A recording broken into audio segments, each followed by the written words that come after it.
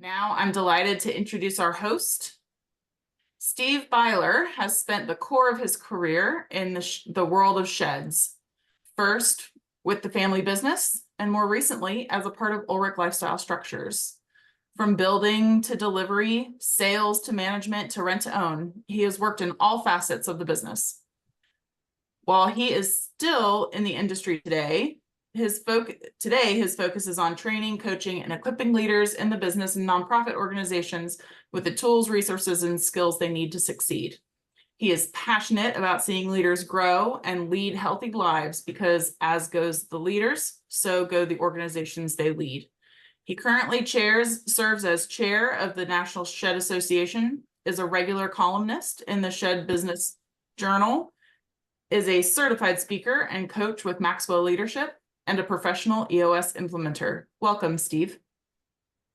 Thank you so much, Audrey, and to all our guests joining us today. We're delighted to have you here on this first Growth Hour webinar from the Shed Advisor.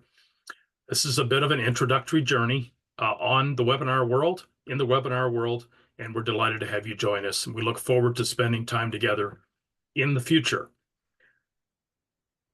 So as your host today, I just want to briefly introduce you to who the Shed Advisor is and some of our kind of plans for the future. So I'll be serving as your host today. In the future, we will have special guests on in this monthly webinar and also potentially some additional and new hosts along the way. The Shed Advisor, our purpose really is to serve owners and leaders in the shed industry, because we believe that growing leaders lead growing companies. We want to be a resources platform for training, networking, and coaching. Really, the shed industry is very close to my heart, and I know that it's deeply embedded in many of our cultures because we've grown up in the shed industry. Some people are relatively new to it. Others have been around for quite a while. But our tagline here is Smart, Healthy Executives Deliver, of course, an acronym for the word shed. And we're going to focus in particularly on both smart and healthy. So what is Growth Hour? Growth Hour is a monthly webinar, a free resource for leaders. It's a growth opportunity, and it is designed to target the shed industry, but 80% of business is business, no matter what industry it's in. And other industries are welcome to this webinar. The ideas for how it will develop are still in flux. We're developing and growing and thinking through those, and we want input from you folks who are in the industry as to how we can best serve you in the industry. What do you need? What's urgent for you? What's important? And I'm also committed to providing some not urgent but very important content for your long-term sustainable, healthy leadership. I'm committed to seeing investing in people's personal and professional growth. And sometimes we focus on professional growth at the expense of personal growth and fail to acknowledge that our personal growth really is the foundation. It undergirds our professional growth. Also, I want to just note that while I serve as the host of the Growth Hour here initially, I don't want to be seen as a guru or an expert. That's not really who I am. I'd rather be a guide. I've been in this industry for over 50 years. My father started in the industry when I was, I think a mere 5, almost 6 years old. And so I've literally grown up inside the industry. And I have had, over the course of those years, I've had many teachers, mentors, and coaches, particularly after I took over leadership from my father when he retired back a good few years ago now. And I've derived so much value from some of these people. I want to introduce more of you to these people, introduce more of you to these experts who truly are gurus, experts, both in the industry and in their particular fields. And so hopefully this will be an opportunity for that. It's also a place to hear from industry experts. And, we all have to start somewhere, and we don't really get to start anywhere else other than where we are right now in the moment. But we have to start here. And if we invest in growth, both personally and professionally, we can be the kind of people who lead growing companies. Now we might say, why growth? Maybe not everybody wants their company to grow, but we're talking about something more than just revenue and profits. Revenue, profits, that's simply a set of numbers that measures progress in certain facets of business. But we also care deeply about development of people, the growth of teams, organizations, because those impact communities. It's much harder to measure personal development, the growth of our people, the growth of our teams, the growth of our organizations outside of revenue and profits. But it's essential and critical that we invest in those spaces. Growing people lead growing companies. Healthy people and organizations are as comprehensive as families, nonprofits, businesses, churches. They go a long way to growing healthy communities. And healthy communities lead to human flourishing. Your growth is one of the only things that will be with you for an entire lifetime. And you will get a lifetime return on the investment you make in your personal growth and your professional growth. And I want to acknowledge that you're taking some of your precious time, your valuable time, and investing it here in this webinar today. And my hope and goal is to bring you the kind of value that will help you grow. And you can say, no, this was actually an investment of my time that has a return on that investment. Your growth will go with you for a lifetime, and it will impact every organization, every kind of social group that you're a part of.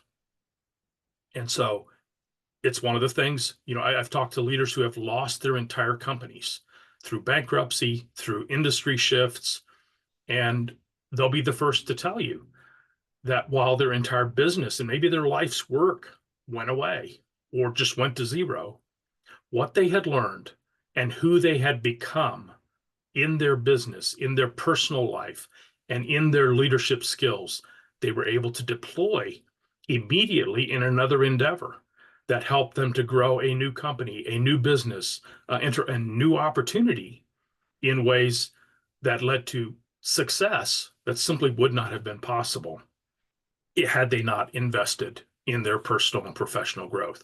So, one of my things I really want to urge you today is be thoughtful about what are you doing to grow personally? What are you doing to grow professionally? That's an investment that you will take with you the rest of your life. And again, we here at Shed Advisor in this growth webinar simply be one of those places where we can bring hopefully great value to you for your personal and professional growth. Now, two terms we use here at Shed Advisor, and you may not have seen our logo, you may not have seen the little acronym that we use for SHED, Smart, Healthy Executives Deliver. And we'll be looking at that repeatedly.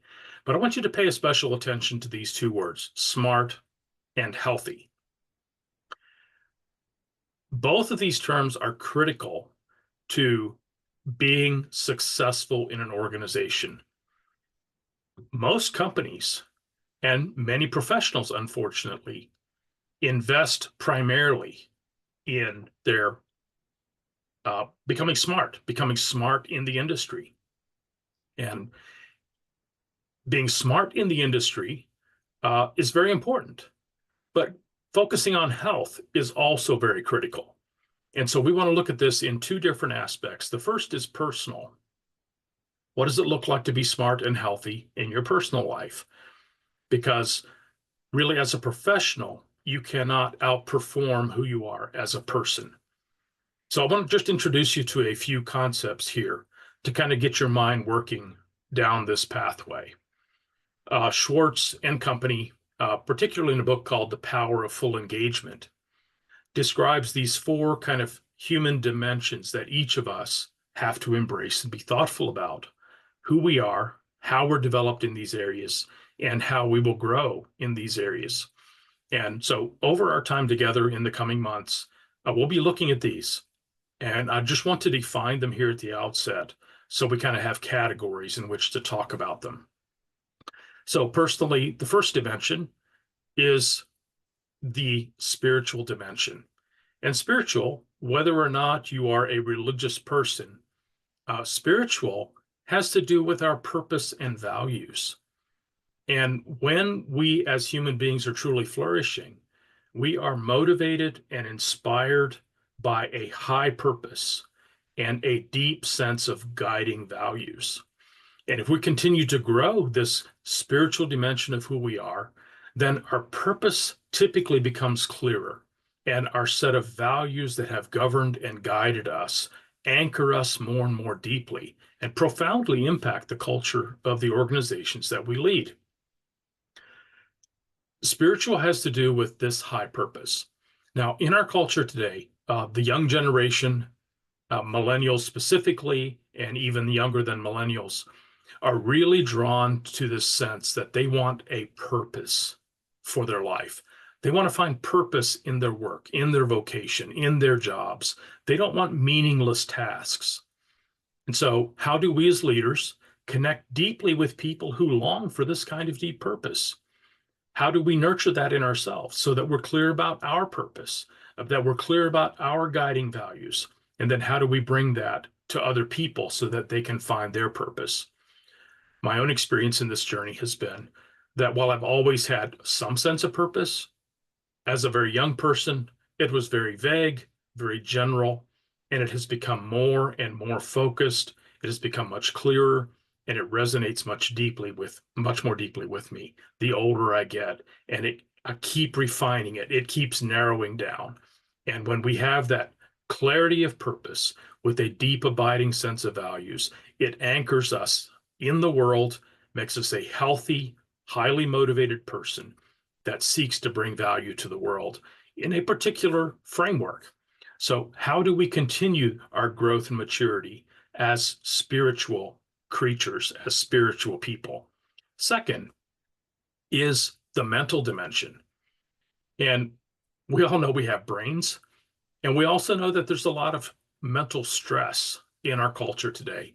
And while we won't do a deep dive here as to why this mental stress is such a prevalent part of our current culture, business leaders particularly carry that mental strain in their workplace, in the challenges of their lives.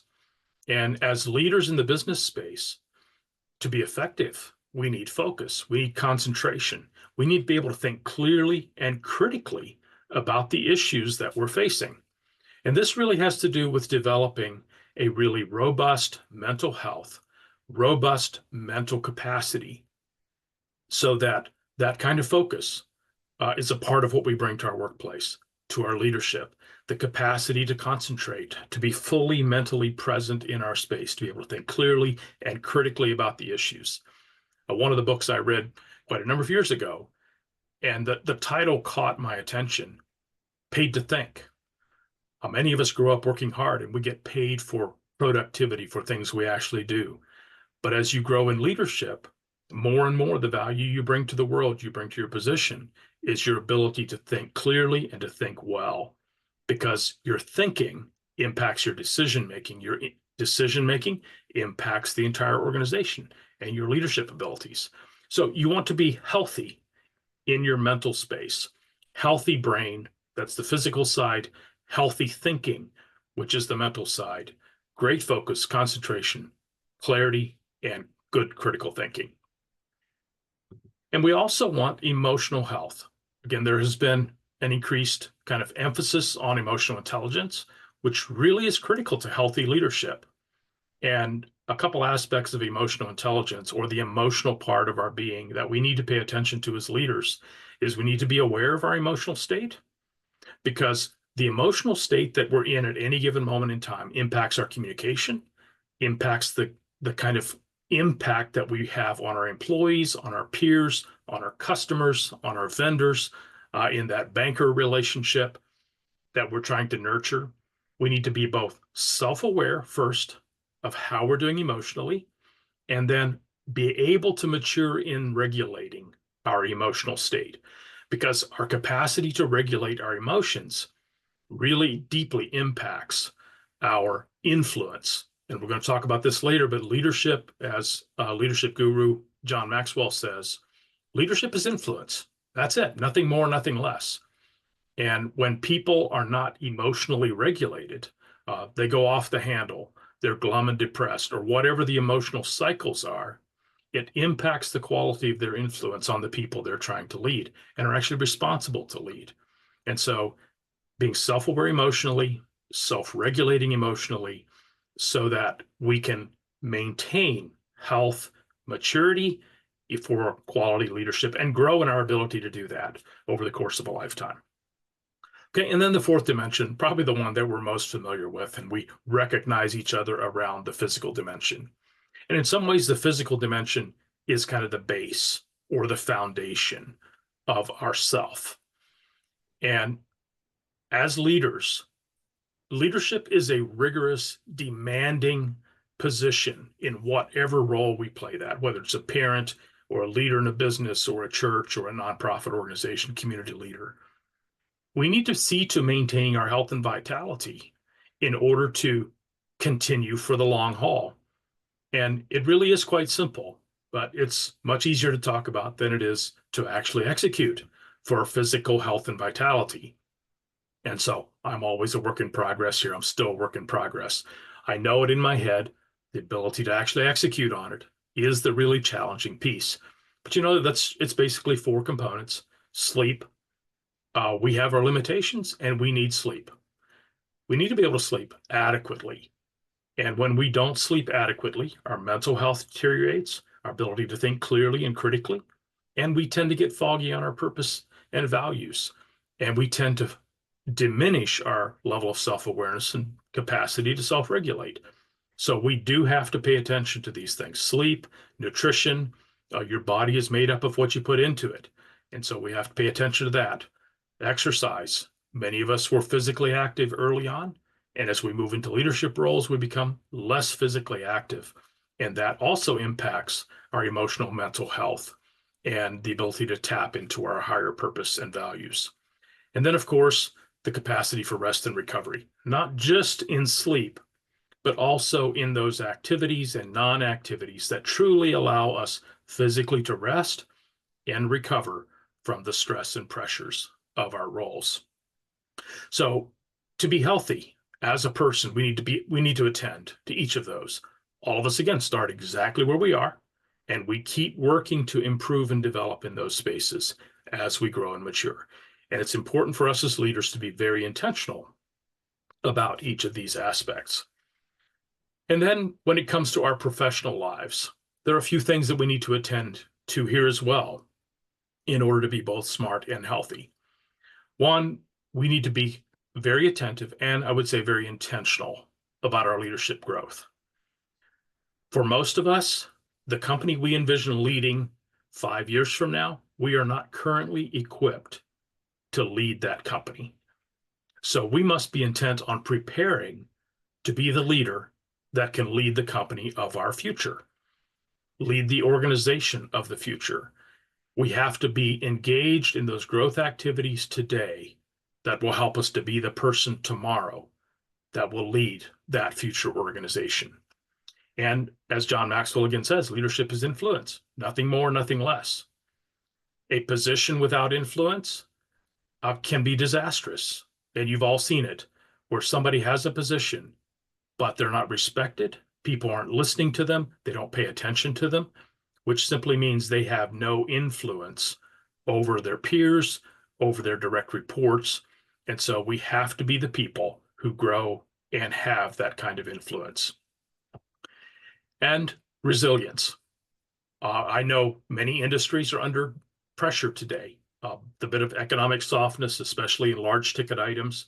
And again, with 50 years in the industry, it does seem to happen almost every election cycle that, a lot of consumers just hold off, pull back a little bit on investing in those big ticket items because of the kind of uncertainty that surrounds particularly a presidential election. And while history also has shown it doesn't have massive short-term impacts, there are usually some sort of reactions and responses in the market. How do we deal with this as resilient leaders? Leaders are people who face challenges. They're under pressure. Do we bounce back? Do we have the kind of health and resilience that we can bounce back with fresh energy, fresh focus, and fresh clarity. Every leader gets knocked down occasionally. How do we get back up? And we can grow in our ability to be resilient in the face of those challenges. And then also confidence. Confidence is kind of the secret sauce of leadership. And we must learn, kind of be aware of what our confidence level is, to also nurture our confidence, know how to recapture confidence, especially in the face of making mistakes, of failing. How do we recover confidence so that we can again lead with that kind of confidence? Some of you have heard me talk about my experience on the Camino, walking 180 miles, Portugal and Spain. And some of the pathway there is marked well, some is not marked so well. And I had several experiences where people asked me about which way to go. And it was my first time. But I told them where I was going and why I was going there. And a few people responded, "Hey, we're going to follow you. We like your confidence." Now, it was a bit unsettling to me to hear them say that, because I felt internally my confidence wasn't at 99%. It might have been at 70%, 80%. And yet that kind of confidence draws people. And essentially what it does, it gives you influence. Now, if you communicate this kind of confidence and you're wrong, influence can fade very quickly. So we have to be able to quickly acknowledge the failure, make changes, adjustments, so that people can in fact continue to trust, and we can restore our journey to confidence for quality decisions. And then finally, preparation. We all face loss and failure. Not being up to the task entrusted to us has huge implications for those around us in our organizations. So how will you prepare to be the leader of the future that you really hope and long to be, of the organization of the future? How will you prepare for that? We want to keep talking about that going forward. Okay, another aspect of smart and healthy. One of my favorite speakers and authors is a man named Patrick Lencioni, and he's written a number of just fantastic resources that I would just, anything with Patrick Lencioni's name on, I pretty much unequivocally recommend to leaders. And he describes this smart and healthy, again, by saying most leaders commit to smart. They think being smart is the critical piece. Many fail to acknowledge healthy. And he defines smart in the world of business, in the world of leadership, as technical and strategic skills. And so the first one that's critical is strategy, which is a clear vision and direction for where we're going and how we plan to get there. Smart leaders are very, very good at this technical and strategic skill. And this can be learned. Some people are more naturally strategic thinking. Others have to learn the skills and develop the resources and abilities to be strategic and develop and communicate the strategies with great clarity. So we do want to talk about that going forward. And, I'll be interested both in chat, in Q&A, if you want to, again, text any questions you have, feel free to do that. I'm looking for feedback as to which of these things really matter to you, which are your pain points, and how can we assist here at Shed Advisor, particularly through this webinar going forward. How can we assist you in becoming smart in your specific roles? And Audrey, if you would just give us that phone number, although I would say feel free to just write down the phone number, put it in the chat box, or write your question down when we take them at the end. So Audrey, if you just give me that phone number one more time here in the middle. Yeah, absolutely. The number you can text is 540-416-2280. Okay, thank you. We also need to be smart in the realm of finance. Finance is the number one way we kind of manage our resources and measure the management of our resources for efficiency and stability. And so what does financial intelligence look like? What does being smart in the realm of finances in your business, what does that look like? We need to be smart in the space around marketing. And marketing really is about positioning our products and services in the marketplace. And so I'm assuming most of us here on the call today are in the world of sheds, and we have, a similar product, but we're positioning it quite differently in the marketplace. Each of us have a strategy. Each of us have a marketing plan by which we go to market with our products and services. And are we being smart about that? Most of us in this kind of softer spot in the marketplace, this is a place where we need to sharpen our game, increase our skills to be more effective in marketing. It's an opportunity to get smart. And then technology. Technology here is not just about computers. It's the broad term of technology. In business, we need to be smart about the tools and systems we use for productivity and growth. You know, paper and pencil is a technology. A saw is a technology. So are some of the more modern computers and software platforms. How are we using tools and systems inside our businesses? What are the processes we're using? And are we being smart about that? Where are opportunities for growth? We want to look at some of those, particularly the ones that you would find most helpful in this season of life for you. And then healthy. This is the one that is often neglected for businesses, for business leaders. But in the world of business, as in many other organizations, healthy really is about having a cohesive leadership team. And it starts at the team, but it works in departments. And even if you're a two-man show and there are two of you in your business, what is the level of health? Or is it cohesive? Is the relationship strong? And a few of the qualities of cohesive leadership teams, there's very high trust. We're open and honest with each other. And this one might surprise you, but Lencioni really does great work on this one. There's healthy conflict around ideas. Now, we're not beating each other up, but when it comes to the ideas that undergird the decisions we're making, we need to be able to engage in healthy conflict around those ideas. And then cohesive leadership teams always have a very, very high level of accountability as a team. Accountability for the results that they have agreed need to be achieved. Another area of health for leadership teams, for individuals, for companies is clarity. And clarity is essential in order for people to be aligned around a common purpose, around values and goals. And so leaders must be the ones to create that clarity. And when we talk about culture, one of the things for me that has just become increasingly clear in both business that I work inside of, as well as helping other leadership teams in their companies, is that whenever cultures are deteriorating, when cultures are unhealthy inside a company, there are usually, there's a lack of shared expectations on what people are expecting of each other, what people are expecting from their leaders, what leaders are expecting from their people. There's just no clarity around those things. And so leaders are responsible to create that clarity.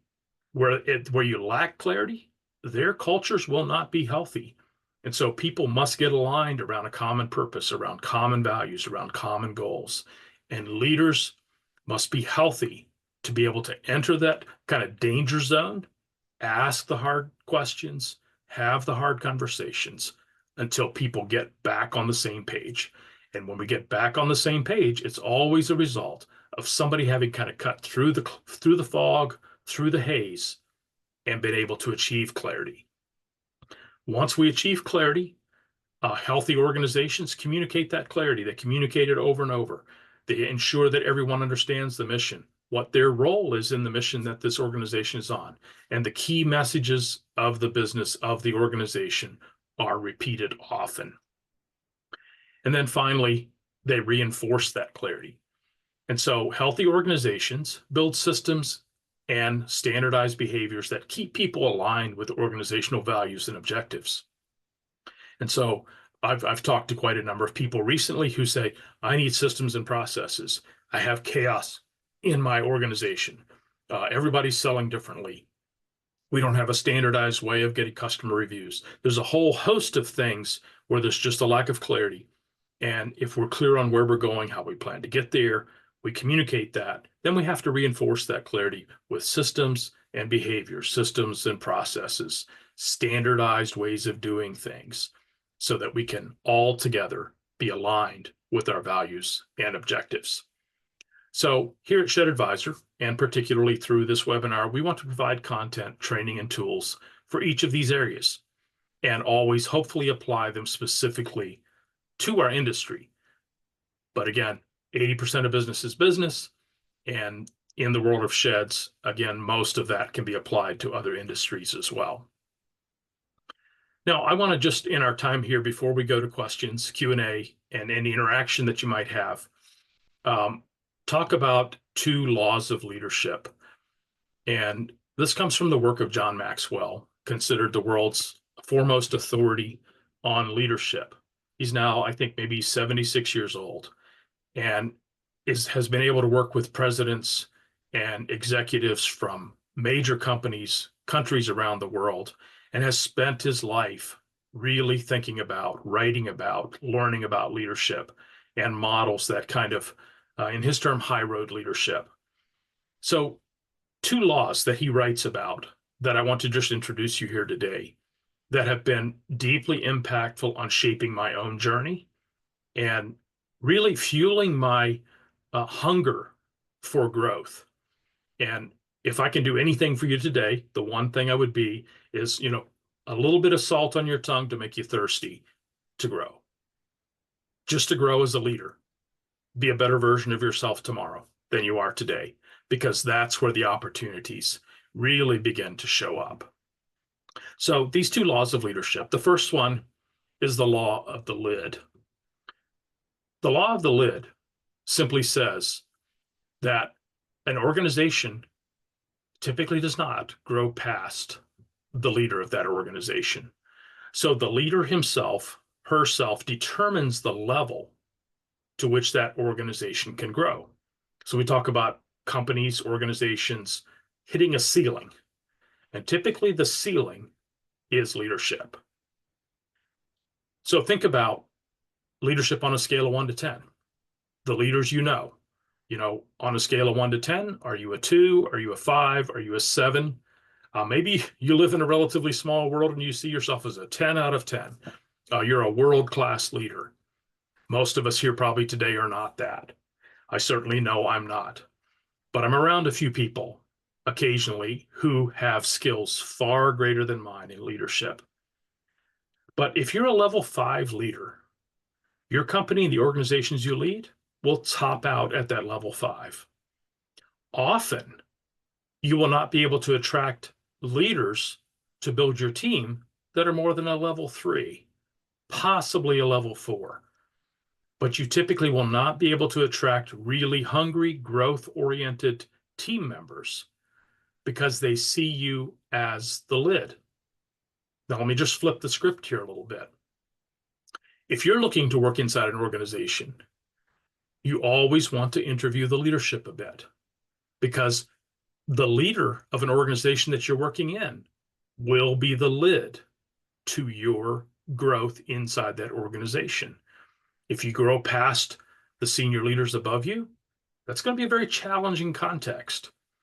And if you work for companies that have leaders well beyond your current leadership skill and ability, there's enormous growth opportunity. And let me just tell you, the young generation today is hungry for personal growth and development. And they will come to companies, sometimes for less money, if there's personal and professional growth opportunity inside the organization. And for you to have that kind of company, you must be that kind of person. You have to be that kind of growth-oriented person that's committed to growth, so that as you grow, your people grow, and you can continue to attract strong, skillful talent to your leadership team and to your company. But you as a leader will determine the level of the maturity and growth of that organization. And this includes your people skills, communication skills, organizational skills, financial skills, and kind of your personal development around spiritual, your sense of purpose and values. Are you clear, and can you communicate that? Your mental health. Do you think clearly? Do you communicate clearly? And are you mentally resilient? And your emotional health. Are you regulated emotionally? You feel things. They know you feel things. They know what you feel, but it doesn't dominate your life, but rather facilitates the vision, mission, and passion that you have. So if you're going to be a growing leader, your company can also grow. Your organization can also grow, but you are that lid, and you will determine the level of growth inside the organization.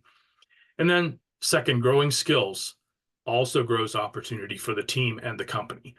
Now, and I've alluded to this previously, but when you as a leader in your organization are growing and you grow your skills, that increases the opportunities for everybody inside your company.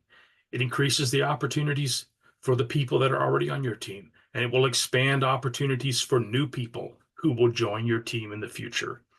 So just acknowledge it. You're the lid on your organization, and go to work. And you don't have to invest, all your time, but commit to 10 minutes a day of reading, commit to listening to a podcast, commit to listening to, a audio book while you're driving to work or driving home from work. Embrace those small little habits that over a long period of time will contribute significantly to your growth. And what that means is the lid is rising for you in your leadership skills, and it allows your organization to continue to grow and mature as well. And the second law that Maxwell talks about, that I want to talk about here just briefly, is the law of the rubber band. The law of the rubber band simply says that we experience growth in the face of tension.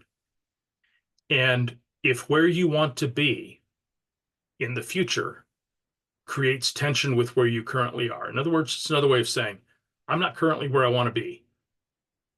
5 years from now, 10 years from now, I want to be at a different place. I want a larger role. I want a larger company, or I want to be more mature, or I want to have a better mastery of myself. I want to be a wiser person, more knowledgeable person. Then where you want to be versus where you are, there's a tension between that. It's like a rubber band. You stretch it and there's tension. That tension is opportunity growth. Now, sometimes, and I've had this experience myself, where the tension is greater than my capacity to move, and the rubber band snaps, and there's a season of recovery from that. Without tension and growth, though, we become stagnant. And leaders typically do not want to be stagnant, even if they won't commit to the growth trajectory. So what does it mean to just embrace that tension, the tension of where you want to be? Embrace the tension. Without that tension, you're less likely to grow. So set goals, set a growth plan, invest, be intentional about your growth for the future. It also means that you need to embrace discomfort and challenges.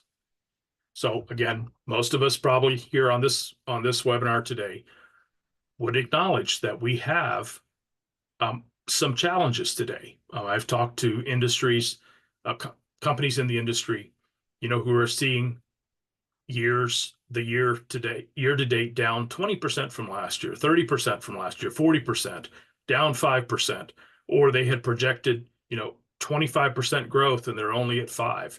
They're finding some aspects of the current economic environment just more challenging.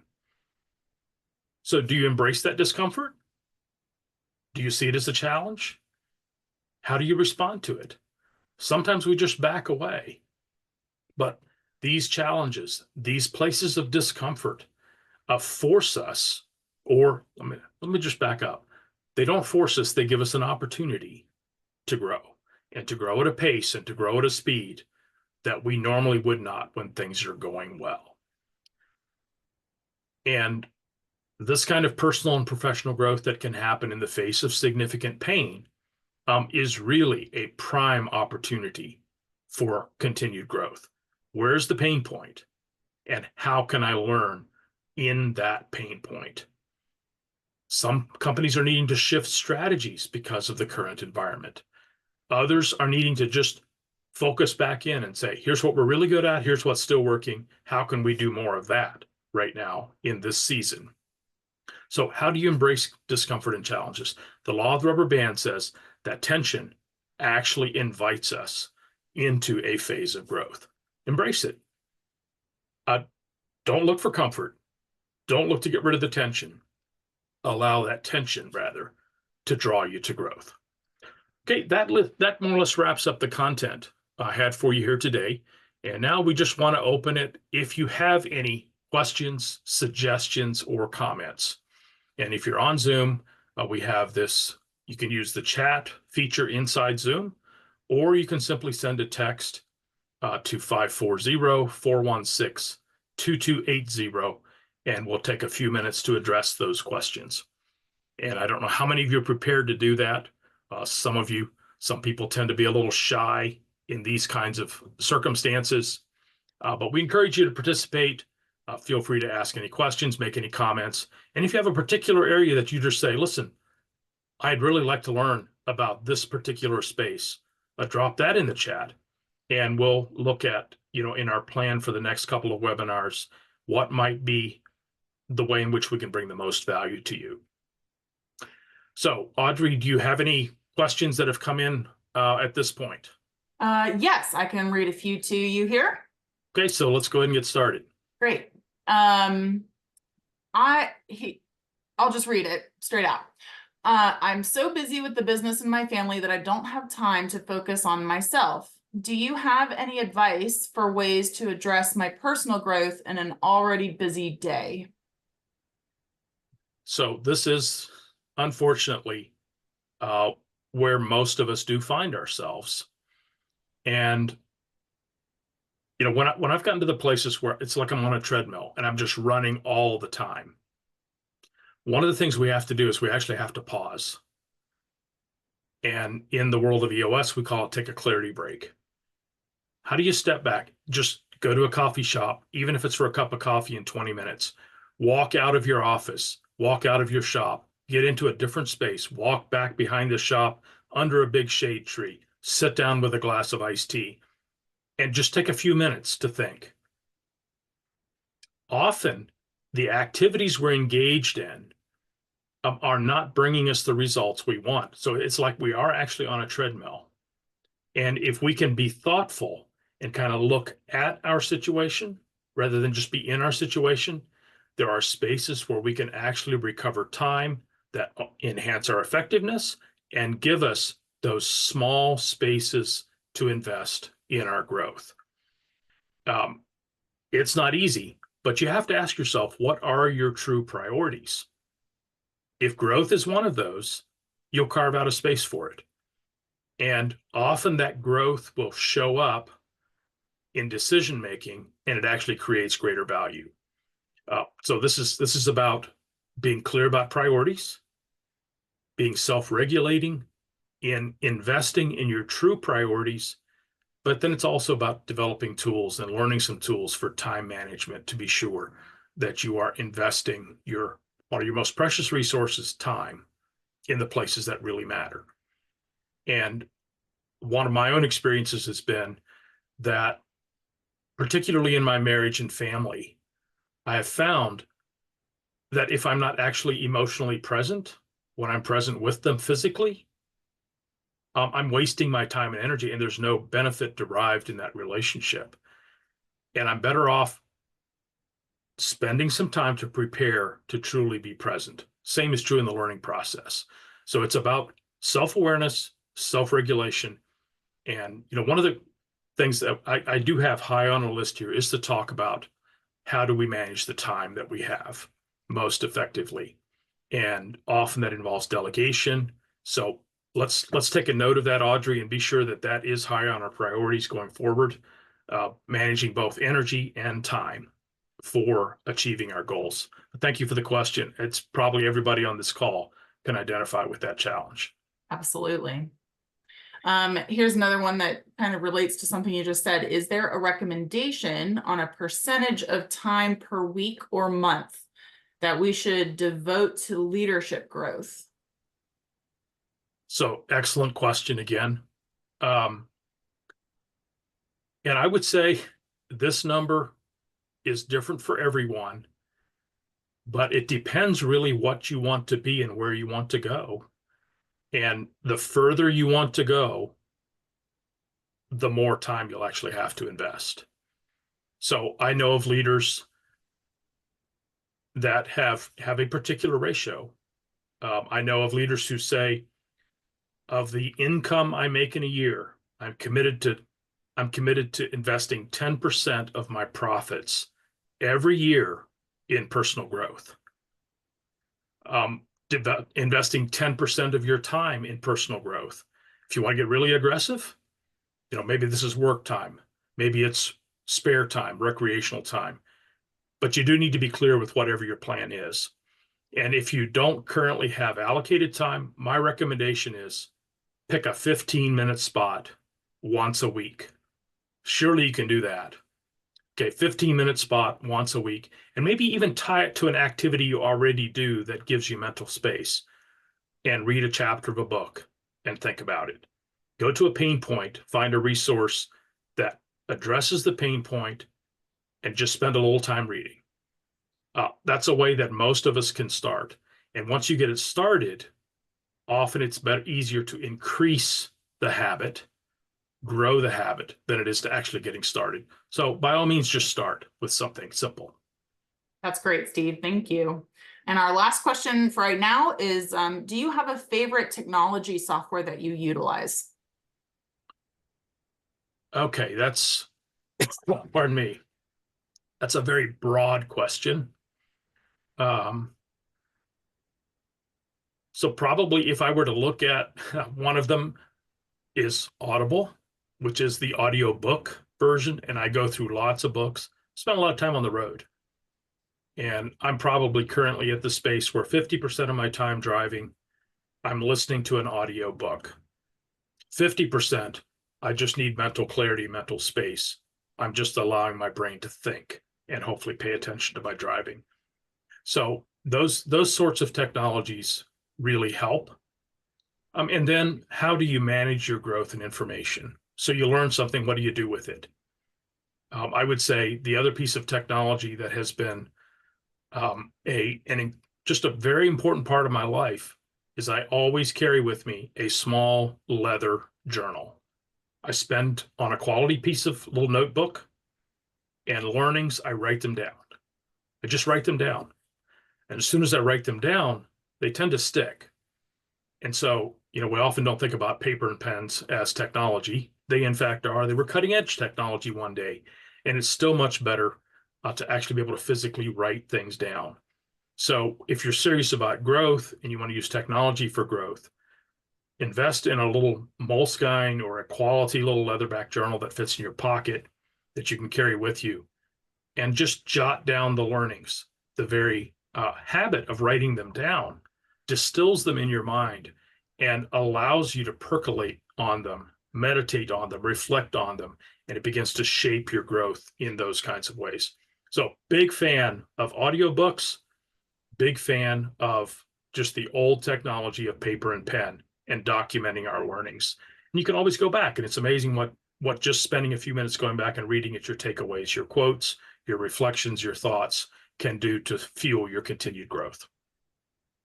Wonderful. Thank you, Steve. That wraps up our Q&A portion. We did record the webinar today, so we'll be sending that out following the call today. And we're really grateful that everyone joined us today. Okay, and if I could just add, we particularly would be interested in hearing, what are your priorities? What are your pain points? And who do you know that could help us? Could help us as a group, could help us as an industry, and would make a great guest on this webinar in the future. And then also, really appreciate you joining us here today, and it invites you to tell your friends and bring them along next time. And we want to make this content available, particularly as it's helpful. If you found it helpful, share it with someone as well. We're delighted to have you here. And then also just take note that our next 2 webinars are scheduled. They're not going to be consistently on the same day of the week. They will always be at 12 o'clock noon. At least that's the current plan. But our next one is Monday, November 25 at 12 noon. That's the week of Thanksgiving. And then Thursday, December 19 at 12 o'clock noon. If you are one of the readers of the Shed Business Journal, I also plan to have those dates and times noted in my next article that'll be published. So feel free to check that. But if you're subscribed here, probably on the list, you will be receiving emails and notifications for that going forward. So feel free to reach out with any input you have, Again, this is my phone number and contact information. Our website, shedadvisor.com, does not have a lot of additional content on it yet. We have plans for it, but you can email me at steve@sjbyler.com. And you can also just pick up any, Shed Business Journal, and you'll find an article. My contact information should be in there as well. So please do feel free to send us comments, suggestions, potential guests, what your pain points are, how we can help. We're here to serve. We're here for your success, your growth, and your flourishing. Thank you so much for your participation today. Thank you, Steve. Thanks, Thank you. everyone.